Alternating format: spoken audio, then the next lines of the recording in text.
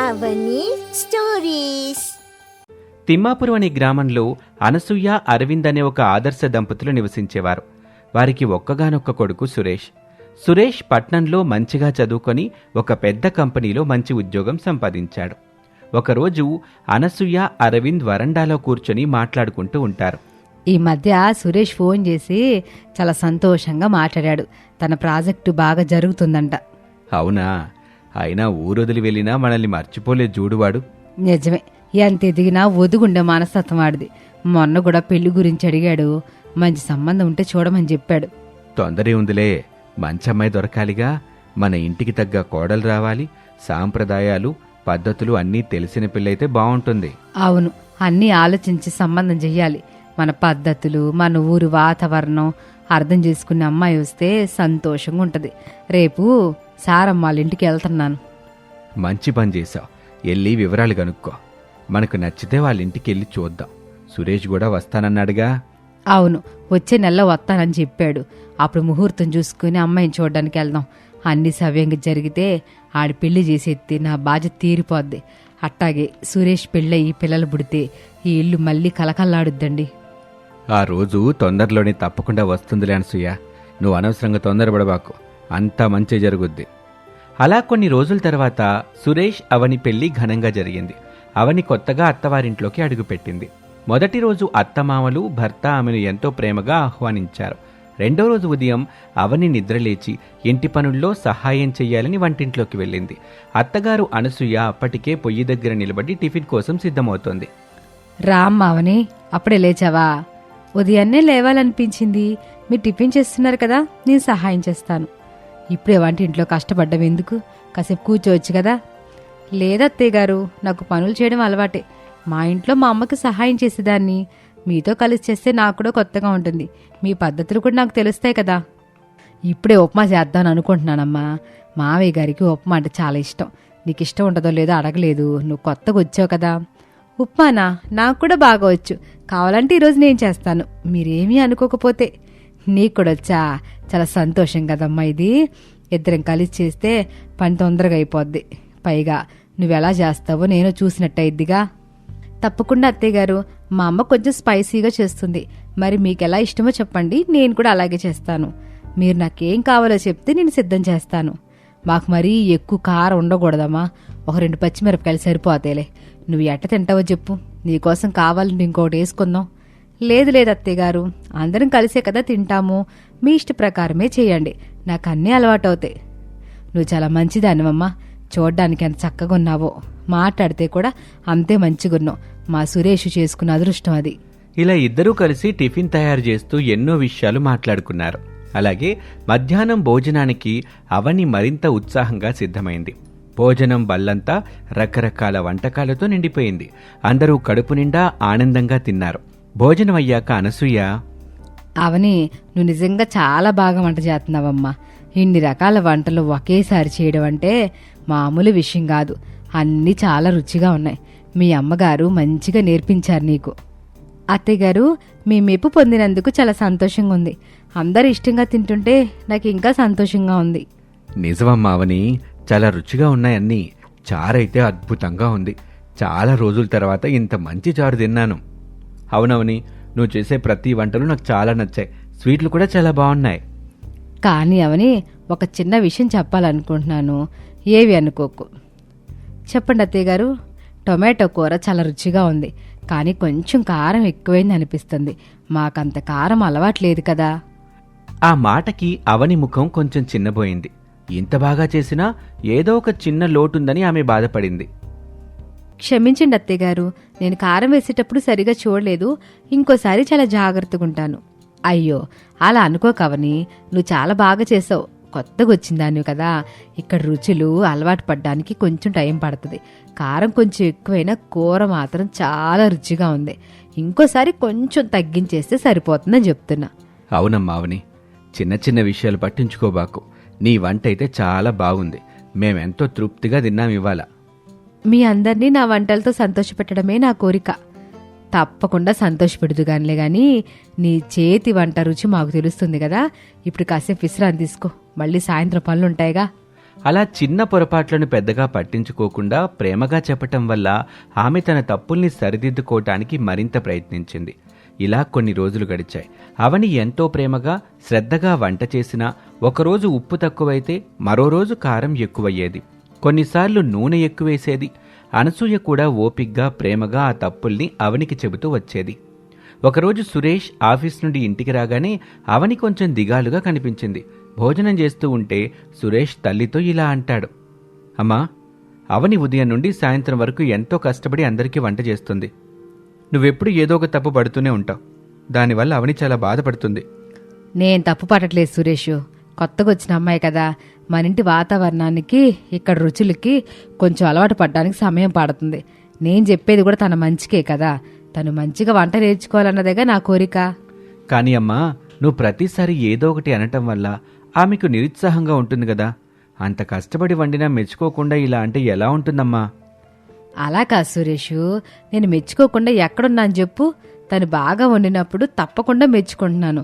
కానీ చిన్న చిన్న పొరపాట్లు జరుగుతుంటే వాటిని సరిదిద్దుకుంటే మంచిది కదా, వంట చేయడం అలవాటు అవుతుంది కదా అని చెప్తున్నాను. నేను చెప్పేది తప్పుగా అనుకోకండి.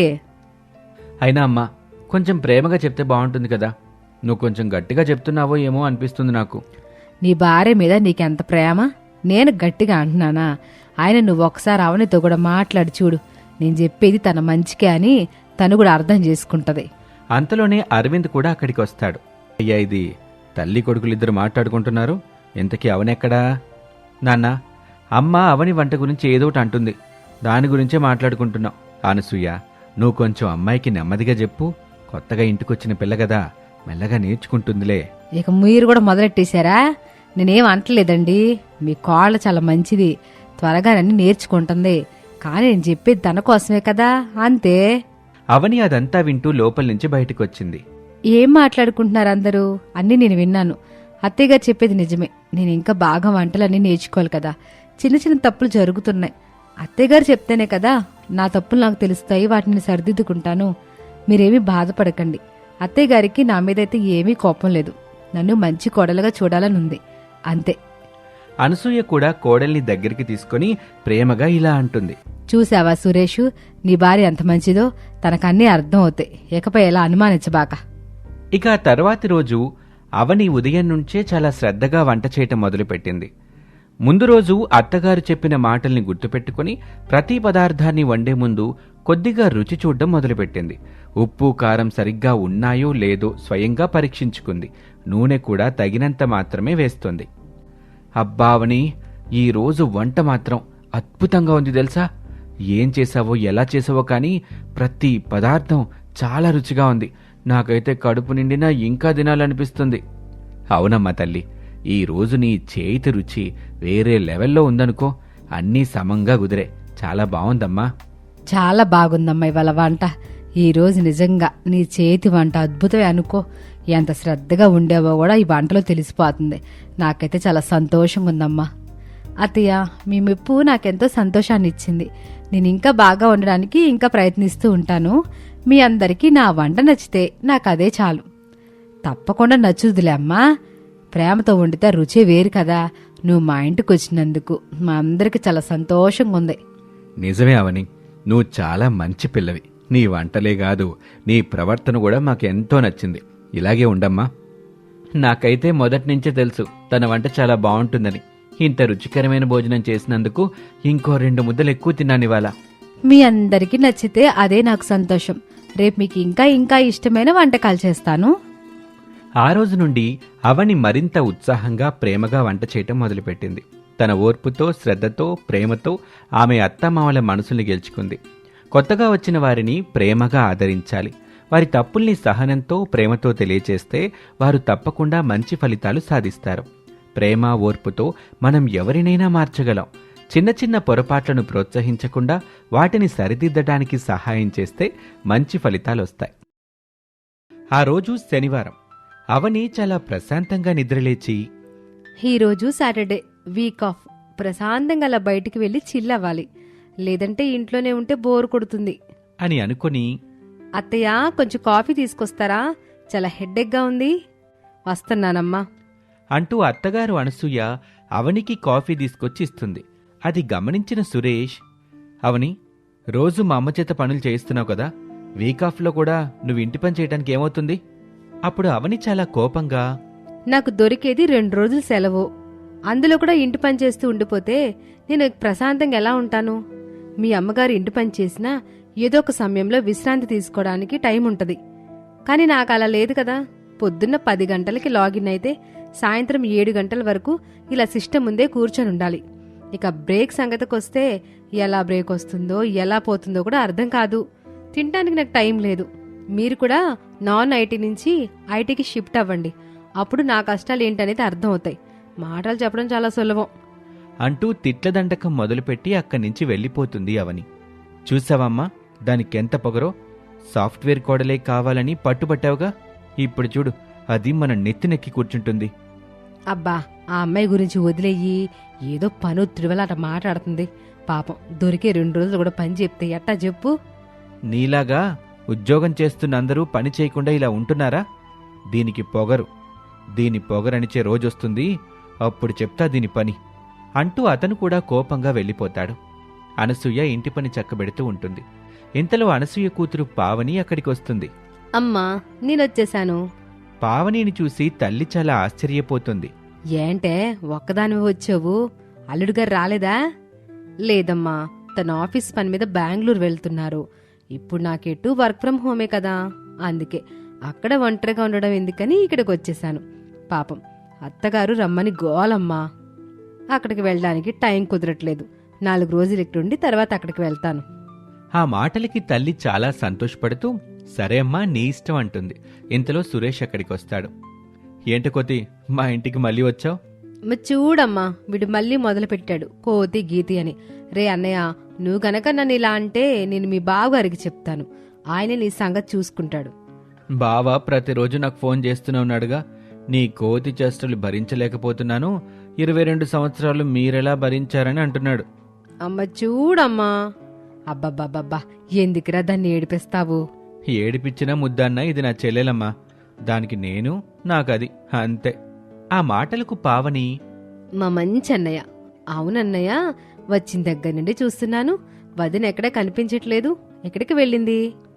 మేడ మీదుంది, వెళ్ళి పలకరించు. పావని సరే అని మేడ మీదకు వెళ్తుంది. అప్పుడు అవని ఎవరితోనో ఫోన్ మాట్లాడుతూ ఉంటుంది.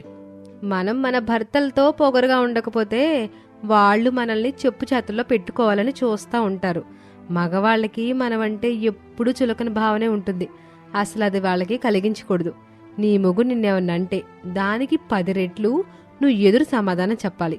మనం ఎందులోనూ తగ్గకూడదు అని మాట్లాడుతూ ఉంటుంది. కాని ఆ మాటలు పావనికి ఏమాత్రం నచ్చవు. అవనిని పలకరించాలి అన్న ఉద్దేశం కాస్త ఎందుకులే అని అక్కడి నుంచి తిరిగొచ్చేస్తుంది. అవని ఫోన్ మాట్లాడి కిందకొస్తుంది. అత్తయ్య ఏం చేస్తున్నారంటూ వంటగదిలోకి వెళ్తుంది. వంటగదిలో పావని పనిచేస్తూ ఉంటుంది.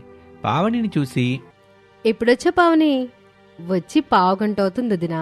నువ్వు ఫోన్లో బిజీగా ఉన్నావని నిన్ను డిస్టర్బ్ చేయడం ఎందుకని పలకరించలేదు. మరేం పర్వాలేదులే. మీ ఆయన నిన్ను బాగా చూసుకుంటున్నాడా లేదా? ఆయనకేంటొదినా, చాలా బాగా చూసుకుంటున్నాడు. వచ్చి రాగా నీ పనులేంటి? ప్రశాంతంగా అలా బయటికి వెళ్దాం పద.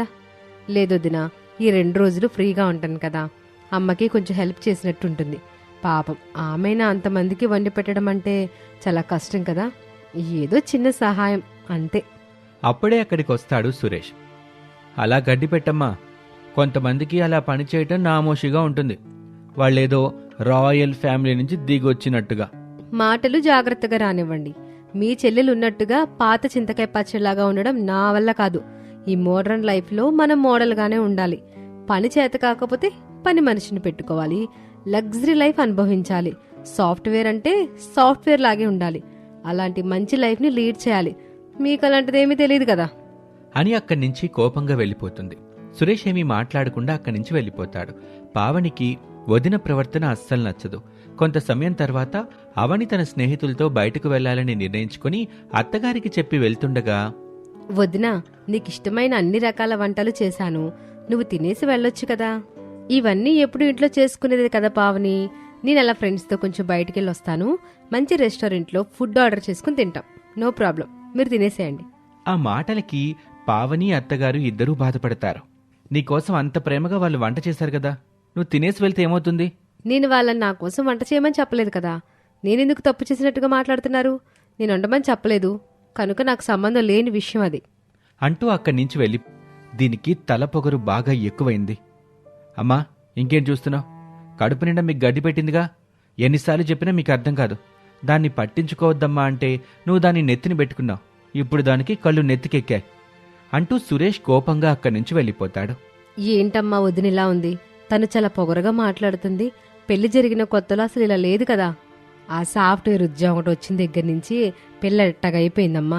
ఆ ఉద్యోగంలో టెన్షన్ వల్ల తను ఏం మాట్లాడుతుందో ఏం అర్థం కావట్లా. అంత పని ఉంటుంది పాపం. అమ్మా, నిన్నెవ్వరూ మార్చలేరు. సాఫ్ట్వేర్ ఉద్యోగం నేను కూడా చేస్తున్నాను. నేను కూడా అలాగే మాట్లాడాలి కదా. మీ కంపెనీ వేరు, వాళ్ళ కంపెనీ వేరు. నువ్వు చేసే పనేరు, వాళ్ళు చేసే పనేరు. ఇందులో కూడా రకరకాలు ఉంటాయిలే. నిన్ను మార్చడం ఎవ్వరి వల్ల కాదనుకుంటా అని పావని కూడా కోపంగా వెళ్ళిపోతుంది. అలా 2 రోజులు గడిచాయి. సోమవారం ఉదయాన్నే పావని నిద్రలేచి తన తల్లికి పనుల్లో సహాయం చేసి తన వర్క్ మీద కూర్చుంటుంది. అవని మాత్రం బద్ధకంగా నిద్రపోతూ ఉంటుంది. సురేష్ వాళ్ళిద్దరినీ గమనిస్తూనే ఉంటాడు. చాలా సమయం తర్వాత అవని నిద్రలేస్తుంది. ఆమె నిద్రలేస్తూనే అత్తయ్యా, కాఫీ ఇవ్వండి అని అంటుంది. అప్పుడు సురేష్ చాలా కోపంగా, ఏంటసలు నీకింత పొగరు? మనుషుల్ని మనుషుల్లాగానే చూడు. ఒక పక్క నా చెల్లి ఉదయం నిద్రలేచి పనులన్నీ చేసి వర్క్లో కూడా కూర్చుంది. నీకెందుకంత పొగరు? తను కూడా ఒక వర్కింగ్ ఉమెనే కదా. పొద్దున్నే ఏంటి గొడవ? నాకు అసలేం అర్థం కావట్లేదు. నువ్వు నాతో గొడవ పెట్టుకోవడానికే ఉన్నావు కదా. నాకు తెలుసు నువ్వు అసలు కొంచెం కూడా మారవు. ఏంటి మారేది? నువ్వు మారాల్సింది, మేం కాదు. మా చెల్లిని చూసి బుద్ధి తెచ్చుకో అని చాలా కోపంగా మాట్లాడతాడు. ప్రతిదానికి మా చెల్లిని చూసి బుద్ధి తెచ్చుకొని అంటున్నారు. అంటే మీ ఉద్దేశం ఏంటి? నాకు అసలు బుద్ధి లేదనా? ఇక సురేష్ కూడా ఆమె మీద అరుస్తూ ఉంటాడు. అలా ఇద్దరి మధ్య గొడవ పెద్దదవుతుంది. పావని వాళ్ళకి సరిచెప్పే ప్రయత్నం చేస్తూ ఉంటుంది. ఇందులో పొరపాటున అవని ఆమె మీద చేయి చేసుకుంటుంది. అయినా కనీసం క్షమాపణ కూడా అడగదు. చాలా కోపంగా అక్కడి నుంచి బయటికెళ్తూ, మర్యాదగా నా చెల్లికి సారీ చెప్పు. అసలు కొంచెం కూడా నీకు జాలి లేదా, మౌనవత్వం లేదా? పొరపాటున జరిగిన దానికి క్షమాపణ చెప్పడానికి ఏమైంది? పొరపాటునేం జరగలేదు, కావాలని జరిగింది. దానివల్లే కదా ఇదంతా. పెళ్ళిన తర్వాత మళ్ళీ పుట్టింటికి ఎందుకు వస్తారో నాకు అసలు అర్థం కాదు. నేనేమైనా మా పుట్టింటికి వెళ్తున్నానా? ఆ మాటలకి సురేష్కి ఇంకా కోపం వస్తుంది. నువ్వు మారవా అంటూ అక్కడి నుంచి వెళ్ళిపోతాడు. దాన్ని అంతా అత్తగారు విని చాలా బాధపడతారు. పావని అక్కడి నుంచి ఒక్క క్షణం కూడా ఉండకుండా వాళ్ళ అత్తగారింటికి వెళ్ళిపోతుంది. ఇన్ని రోజులు నువ్వు మంచిదానివని నిన్ను వెనకేసుకొని వచ్చాను. కానీ నీ నిజ స్వరూపం ఏంటో ఇప్పుడు నాకు అర్థమైంది. అనవసరంగా నీలాంటి దాన్ని ఈ ఇంటికి కోడలుగా చేసుకుని పెద్ద తప్పు చేశాను అంటూ అక్కడి నుంచి కోపంగా వెళ్ళిపోతుంది. ఆ మాటలు విన్న అవని, ఏ రోజు కూడా ఒక్క మాటని అత్తగారు అన్ని మాటలు ఎందుకు అంటున్నారు? నాకు చాలా బాధగా ఉంది అంటూ దాని గురించే ఆలోచిస్తూ ఉంటుంది. మరికొన్ని రోజులు గడుస్తాయి. ఇంట్లో వాళ్ళెవ్వరూ కూడా తనని కనీసం పట్టించుకోవటం లేదు. తన పని తానే చేసుకుంటూ ఉంటుంది. అప్పుడు అత్తగారి కష్టమేంటో తనకి తెలిసొస్తుంది. కొద్ది కొద్దిగా తనలో మార్పు రావటం గమనిస్తూ ఉంటారు ఇంట్లో వాళ్ళు. ఉదయాన్నే నిద్రలేచి ఇంటి పని మొత్తం చేస్తుంది అవని. భర్తకి కావాల్సినవన్నీ పనులు చేస్తుంది. ఆమెలో మార్పు చూసిన వాళ్ళందరూ కూడా ఆమెతో మాట్లాడడం మొదలు పెడతారు. నా తప్పేంటో నాకు బాగా అర్థమైంది. నన్ను క్షమించండి. పావనికి కూడా నిన్న ఫోన్ చేసి క్షమాపణ చెప్పాను. ఆమెను ఇక్కడికి ఒకసారి రమ్మని చెప్పాను. తను వస్తానంది అంటూ ఏడుస్తూ అత్తగారికి భర్తకి క్షమాపణ చెప్పుకుంటుంది. పావని అక్కడికి వస్తుంది. తను ఏడుస్తూ ఉండగా పావని ఆమెను ఓదారుస్తుంది. పావని, నన్ను క్షమించు. నా వల్ల అందరూ బాధపడ్డారు. నువ్వు మరీ ముఖ్యంగా బాధపడ్డావు. నన్ను క్షమించు అంటూ క్షమాపణ కోరుకోవటంతో ఆమెను అందరూ క్షమిస్తారు. ఆ రోజు నుండి సాఫ్ట్వేర్ కోడలు తన తల పొగరు దించుకొని వాళ్లతో సంతోషంగా